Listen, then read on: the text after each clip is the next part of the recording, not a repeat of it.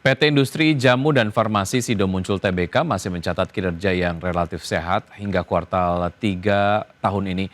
Meskipun tekanan daya beli konsumen memberi tantangan di pasar domestik, kontribusi utama kinerja ini datang dari segmen produk herbal sekaligus upaya ekspansi pasar internasional yang mulai menopang pertumbuhan jangka panjang dan emiten jamu, maksud kami untuk emiten jamu dan farmasi ini.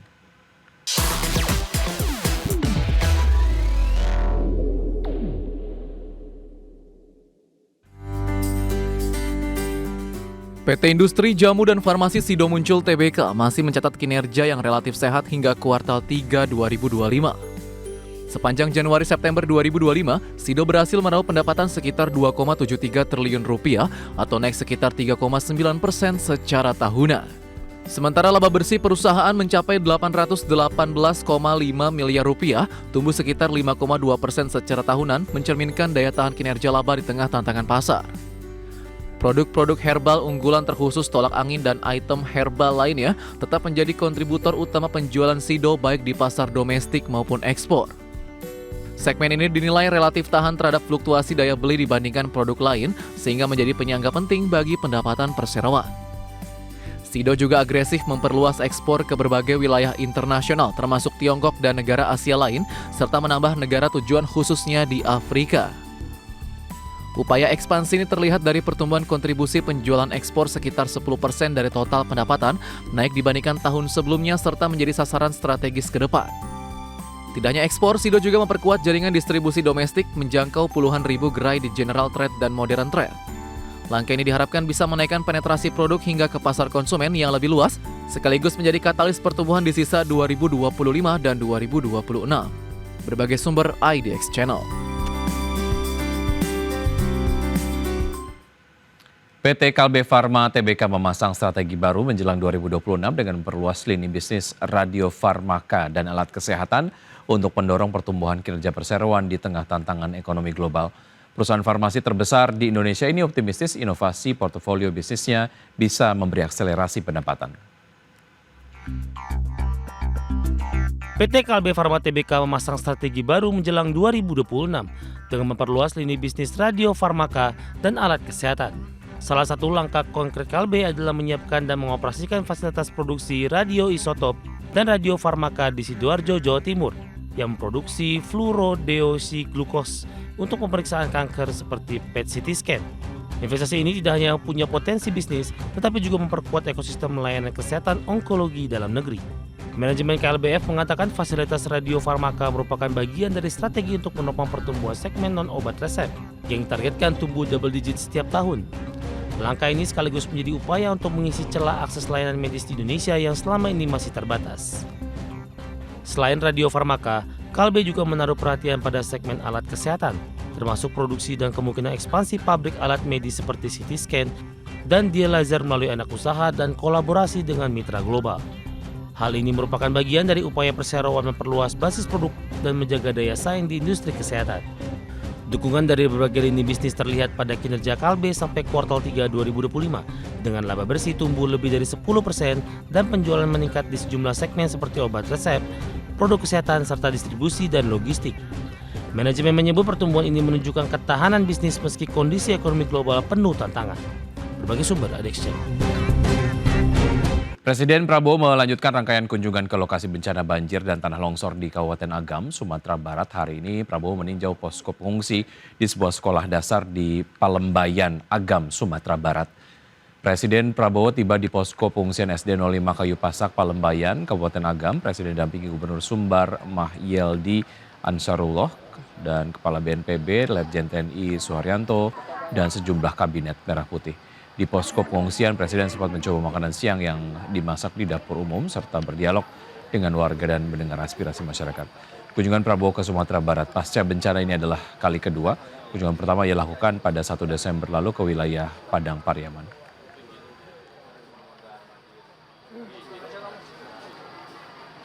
Selain meninjau posko pengungsian di SD 05 Kayu Pasak, Palembayan, Kabupaten Agam, Presiden juga meninjau langsung pembangunan jembatan Padang Mantuang yang putus diterjang banjir.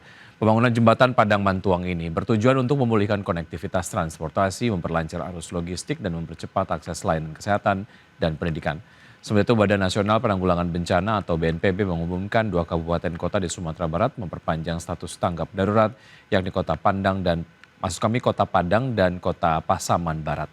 Secara keseluruhan ada 26 kabupaten kota yang masih berada pada status tanggap darurat di 3 provinsi yang terdampak bencana banjir dan longsor yang terjadi di akhir November lalu. Ke informasi lain, pemirsa, Bank Indonesia mengakui bencana banjir dan longsor yang melanda Aceh, Sumatera Utara, dan Sumatera Barat akan memberikan dampak negatif terhadap perekonomian Indonesia. Deputi Gubernur Bank Indonesia Aida S. Budiman menyampaikan bahwa dampak ekonomi akibat bencana Sumatera diperkirakan menurunkan produk domestik bruto atau PDB sekitar 0,017%, di mana telah terjadi hilangnya aktivitas ekonomi selama 32 hari di 3 provinsi terdampak bencana. Ada menjelaskan penghitungan dampak bencana cukup kompleks karena tidak hanya melihat sisi ekonomi, tetapi juga harus mempertimbangkan aspek sosial. Bahkan dalam konteks ekonomi terdapat berbagai dimensi yang perlu diperhitungkan, mulai dari hilangnya nilai aset, penurunan produktivitas, terhentinya aktivitas ekonomi, hingga potensi dampak positif dari kegiatan rekonstruksi pasca bencana. Meski demikian, Bank Indonesia tetap optimis pertumbuhan ekonomi Indonesia sepanjang tahun ini berada di kisaran 4,7 hingga 5,5%. Dampaknya itu kepada perekonomian memang agak negatif, tetapi karena tadi masih perhitungan sementara, dalam PDB setahun ini perkiraannya baru minus 0,017%. Untuk inflasi belum bisa langsung melihat kepada ketiga provinsi karena kita harus menunggu bagaimana survei dari BPS, tapi Bank Indonesia punya survei pemantauan harga baru pada minggu pertama. Proyeksinya kelihatannya memang sedikit lebih tinggi, tetapi barang-barang yang seperti beras, telur ayam, bawang yang menjadi penyebab tingginya volatile food di bulan. PT Elnusa Tbk bersama PT Pertamina International Eksplorasi dan Produksi menjajaki peluang kerjasama proyek minyak dan gas di Irak. Langkah ini menjadi bagian dari strategi memperkuat posisi Elnusa sebagai perusahaan jasa energi nasional berdaya saing global. PT Elnusa Tbk bersama PT Pertamina International Eksplorasi dan Produksi menjajaki peluang kerjasama proyek minyak dan gas di Irak. Elnusa turut ambil bagian dalam kunjungan resmi Wakil Menteri Perminyakan Republik Irak beserta delegasi ke Indonesia pada 15 hingga 17 Desember 2025.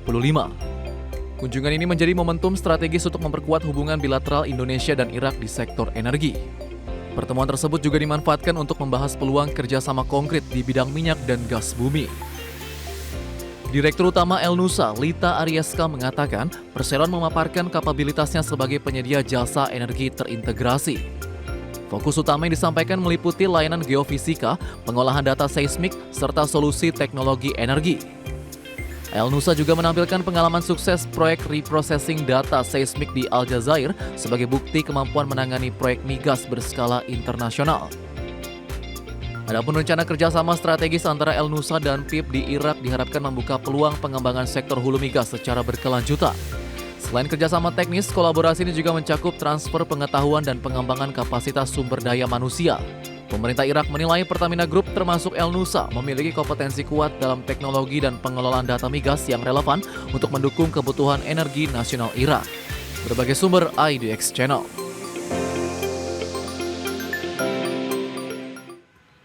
PT Adikarya Persero Tbk memasang target nilai kontrak baru di kisaran 20 triliun rupiah hingga 23 triliun rupiah untuk tahun 2026.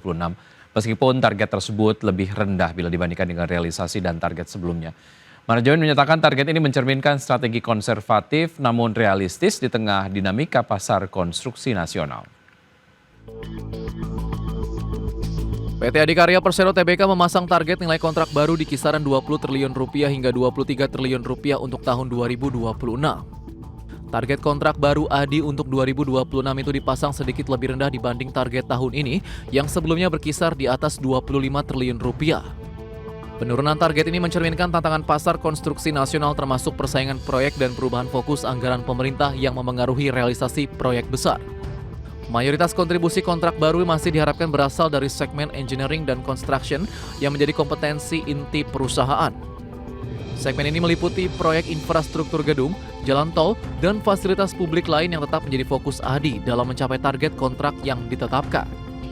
Hingga akhir November 2025, Adi telah mencatatkan kontrak baru senilai sekitar 14,1 triliun rupiah, menunjukkan progres yang solid menuju target 2026. Angka ini mencerminkan perolehan kontrak yang terus bertambah dibanding kuartal sebelumnya, sekaligus memberi fondasi kuat untuk target yang lebih ambisius tahun depan. Meski target tahun depan dipasang realistis, Adi menghadapi tantangan kinerja yang cukup signifikan sepanjang 2025.